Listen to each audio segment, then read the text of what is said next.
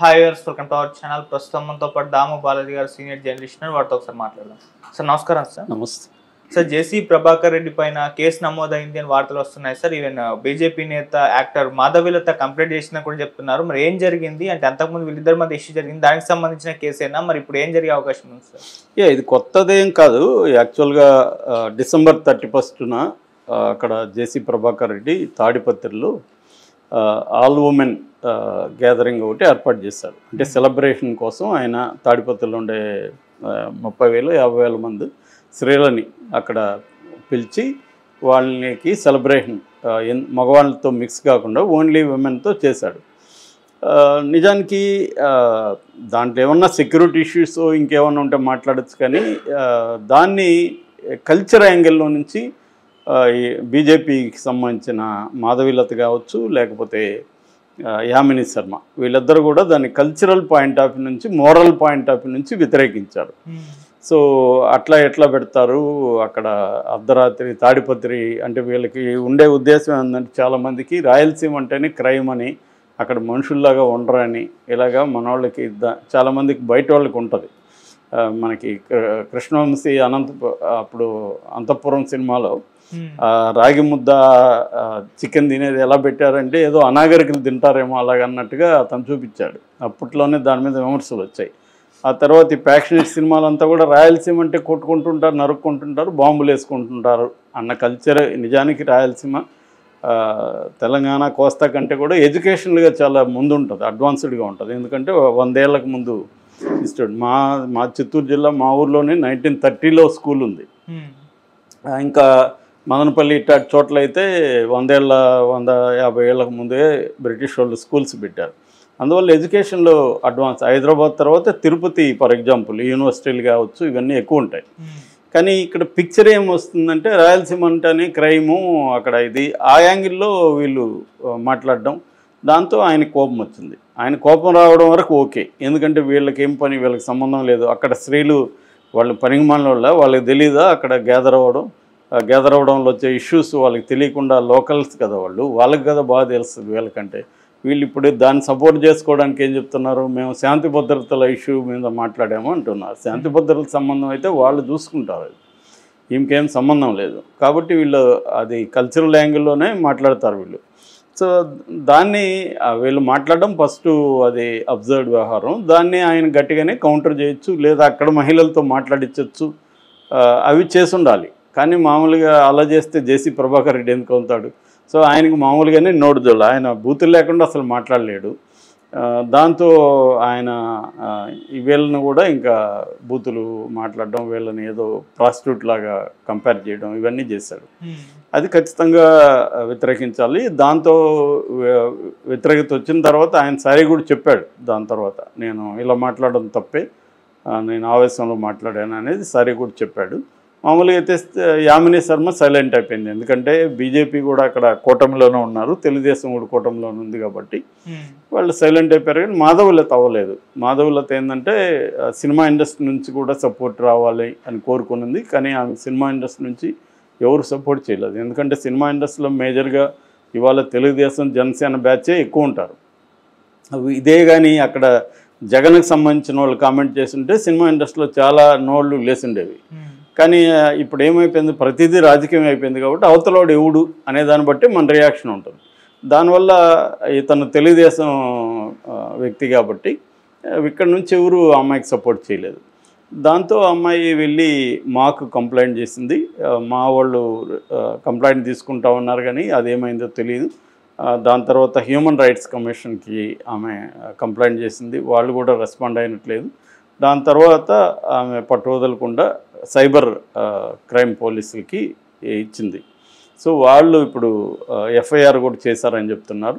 మామూలుగా ఇప్పుడు బిఎన్ఎస్ చట్టం ప్రకారం ఏంటంటే, ఇంతకుముందు 0 ఎఫ్ఐఆర్ అని ఉండేది. అంటే ఎక్కడైనా మనం ఏ పోలీస్ స్టేషన్లో అయినా కంప్లైంట్ ఇవ్వచ్చు, క్రైమ్ జరిగిన పరిధిలోనే ఇవ్వాల్సిన అవసరం లేదు.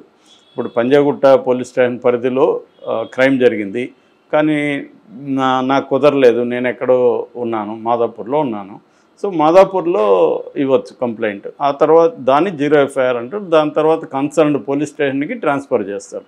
ఇప్పుడు బిఎన్ఎస్ చట్టం, భారతీయ న్యాయ సంహిత, భారతీయ నాగరిక సురక్షా సంహిత, వీటి ప్రకారం ఆన్లైన్ ఎఫ్ఐఆర్ కూడా వచ్చింది.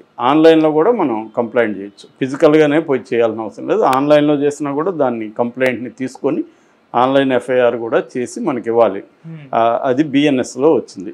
ఎందుకంటే ఇవాళ ఫిజికల్గా చాలాసార్లు పోలేని పరిస్థితి ఉంటుంది, సెల్ ఫోన్ ఉంటుంది, ఇమీడియట్గా మనం కంప్లైంట్ ఇవ్వచ్చు.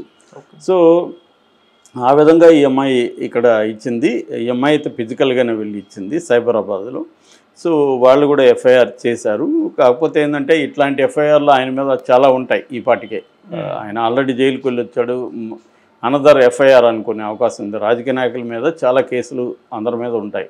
జగన్ మీద ఒక 27 కేసులు ఉన్నాయి, మన లోకేష్ మీద ఉన్నాయి, చంద్రబాబు మీద ఉన్నాయి. కేసులు లేని వాళ్ళు ఎవరూ లేరు. లోకేష్ ఓపెన్గానే పిలిపించాడుగా, మీరు ఎన్ని కేసులు మీ మీద ఉంటే మీకు అంత మంచి పదవులు ఇస్తానని చెప్పాడుగా యువకాలంలో. సో కేసులు ఉండడం రాజకీయ నాయకులకి మరింత బలం పెరుగుతుంది, అర్హత అనమాట. ఈయన మీద 50 కేసులు ఉన్నాయంటే is a very great leader. ఇప్పుడు అటువంటి క్రైటీరియా ఏర్పడిపోయింది కాబట్టి ఆయనకైతే దీనివల్ల వచ్చే నష్టం ఏం లేదు. కాకపోతే ఏంటంటే ఇంకొకసారి ఇది ఇప్పుడు మనం చెప్పుకుంటున్నామంటే అమ్మాయి కంప్లైంట్ ఇకపోతే ఈ చర్చ లేదు కదా. అంటే ఓవరాల్గా ఆయన లేడీస్ని సమావేశపరిచి చేసిన దాంట్లో తప్పు లేదు. అదే జెంట్స్ని చేస్తుంటే వీళ్ళు విమర్శించే వాళ్ళ లేదు. సో ఒక విమెన్గా ఉండి మాధవిలత అలా మాట్లాడడం ఫస్ట్ ఆఫ్ ఆల్ రాంగు. ఆమె ఎంకరేజ్ చేయాలి. వాళ్ళు ఇప్పుడు ఇక్కడే హైదరాబాద్లోనే వీక్లీ 1-2 సార్లు బార్లలో కూడా ఆల్ ఉమెన్ పెడుతున్నారు. బెంగళూరులో లాంగ్ బ్యాక్ 20 ఏళ్ళకు ముందే పెట్టారు. అంటే ఒకరోజు విమెన్ కోసం అన్నట్టుగా. ఎందుకు మగవాళ్ళే ఫన్ చేయాలి, విమెన్ ఎందుకు చేయకూడదు అన్న కాన్సెప్ట్. అది దాంట్లో తప్పేం లేదు. దానివల్ల వచ్చే సైడ్ ఎఫెక్ట్లు ఏమైనా ఉంటే, ఇష్యూస్ ఏమైనా ఉంటే మాట్లాడచ్చు తప్ప అసలు ఉమెన్ సపరేట్గా ఒక దగ్గర చేరి ఎంజాయ్ చేయడం రాంగు అనే కాన్సెప్టు మోరల్ పాయింట్ ఆఫ్ నుంచి కల్చరల్ పాయింట్ మాట్లాడడం అనేది పేట్రియార్కల్ అంశము. బీజేపీలో చాలా సంఘాలు కానీ బీజేపీకి సంబంధించి కానీ ఇది ఎప్పటి నుంచో కొంత ఉన్నాయి. నిజానికి మోడీ మహిళలకు సంబంధించి అనేక పథకాలు పెట్టాడు, ప్రోత్సహిస్తుంటాడు. కానీ వీళ్ళ సంఘాల్లో ఉండేవాళ్ళు చేస్తుంటారు. మనం నిన్న కూడా చూసాము, February 14 సంబంధించి కూడా చాలా సంఘాలు వ్యతిరేకిస్తాయి లవ్ని ఇదంతా. వాళ్ళు ఏంటంటే ఒక పక్కేమో ఫారిన్ గూడ్స్ అన్నీ మన దేశంలో అన్నీ వస్తుంటాయి, పోర్న్ ఓపెన్ చేస్తే పోర్న్ వస్తుంటుంది. ఇంకొక పక్కేమో వీళ్ళు ఇండియన్ కల్చరు ఇది ఫారిన్ కల్చర్ అని మాట్లాడుతుంటారు. అది చాలా కామెడీ వ్యవహారం. సో ఈ అమ్మాయి కూడా అట్లాంటి కామెడీలు చేస్తుంటుంది. సో అలాగే ఇది చేసింది. దాంతో ఆయన అసలు నెగ్లెక్ట్ చేసి ఉండొచ్చు ఈ అమ్మాయిని, లేదు అక్కడ స్త్రీలతోనే మాట్లాడించుండొచ్చు. ఇది మా స్వయం వ్యవహారం, మేము అందరూ, ఆయనేం బలవంతంగా వాళ్ళని లాక్కరాలేదు కదా, ఒక ఏర్పాటు చేస్తున్నానని చెప్పాడు. వాళ్ళు వచ్చారు, వాళ్ళు పార్టీ చేసుకున్నారు, ఎంజాయ్ చేశారు, పోయారు. మామూలు 31st రకరకాలుగా పార్టీలు చేసుకుంటారు. వీళ్ళు విమెన్ అంతా ఒక దగ్గర వచ్చారు. సో దాంట్లో ఏం లేదు. దాన్ని అమ్మాయి చేయడం అనేది first of all wrong. So దాని తర్వాత ఆయన మాట్లాడడం మాత్రం రాంగ్. ఎందుకంటే ఆయన మీద నిజానికి చాలామంది కేసులు పెట్టాలి అట్ట అనుకున్నప్పుడు. ఆయన గవర్నమెంట్ ఆఫీసర్ని నా కొడుకల్లారా అని మాట్లాడినారు చాలాసార్లు. ఇదే చంద్రబాబు నిన్న కూడా రాజకీయాల్లో క్రైమ్ గురించి మాట్లాడతాడు. కానీ ఇలాంటి వాళ్ళని చంద్రబాబు కూడా ఏం పట్టించుకునే పరిస్థితి లేదు. నిజానికి ఆయన వైసీపీ వాళ్ళనే కాదు, గవర్నమెంట్ అధికారులని, గ్రూప్ 1 ఆఫీసర్లని, లేకపోతే ఆర్టీఏ అధికారులని అందరినీ మాట్లాడాడు. తర్వాత అక్కడ కడప జిల్లాలో వాళ్ళతో గొడవలు పెట్టుకున్నాడు, వాళ్ళని మాట్లాడాడు. చంద్రబాబు పిలిపిస్తే కూడా వెళ్ళలేదు. అయినా కూడా చంద్రబాబు జేసీ ప్రభాకర్ రెడ్డి మీద ఎటువంటి చర్య తీసుకోడు. కానీ వంశీ లాంటి వాళ్ళ మీద మాత్రం క్రైము ఇవన్నీ మాట్లాడతాడు. సో ఇక్కడ ఏంటంటే రాజకీయ నాయకులు అందరూ కూడా తమ వాళ్ళని మాత్రం వాళ్ళు శుద్ధపోసలైనట్టు, ఎదుటి పార్టీ వాళ్ళు మాత్రమే అందరూ క్రైమ్ అంతా వాళ్ళ దాంట్లోనే ఉన్నట్టు. మరి అలాంటి వాళ్ళు వైసీపీలో ఉన్న బోల్డ్ మందిని తెలుగుదేశంలో, జనసేనలో అన్నింటిలో చేర్చుకుంటూనే ఉన్నారు. ఇదే వంశీ మొన్నటి వరకు 2019లో కూడా తెలుగుదేశం నుంచే కదా గెలిచాడు. సో అప్పుడు మరి మీ పార్టీలోనే ఉన్నాడుగా, ఎలా పెట్టుకున్నారు? సో అదే ఆపోజిట్గా ఉన్నాడు, ఇటు వస్తారు, ఇటు వచ్చిన వాళ్ళు అటు పోతారు. ఇదే జరుగుతుంది కదా. సో అందువల్ల ఏంటంటే జేసీ దివాకర్ రెడ్డి, ప్రభాకర్ రెడ్డి, వీళ్ళు ముఖ్యంగా ప్రభాకర్ రెడ్డి భాష జేసీ దివాకర్ రెడ్డి పైన అయిపోయింది ఆల్మోస్ట్. ఆయన ఏజ్ అయిపోయింది, హెల్త్ కూడా బాగున్నట్లేదు. కానీ ఈయన మాత్రం ఇంకా వాళ్ళకి అలవాటైపోయింది, అలా కాకుండా వాళ్ళు మాట్లాడలేరు. సో అది ఖచ్చితంగా కేసు ఆ విషయంలో ఈమె కేసు పెట్టడం తప్పు లేదు. మరి ఏం జరుగుతుందనేది చూడాలి.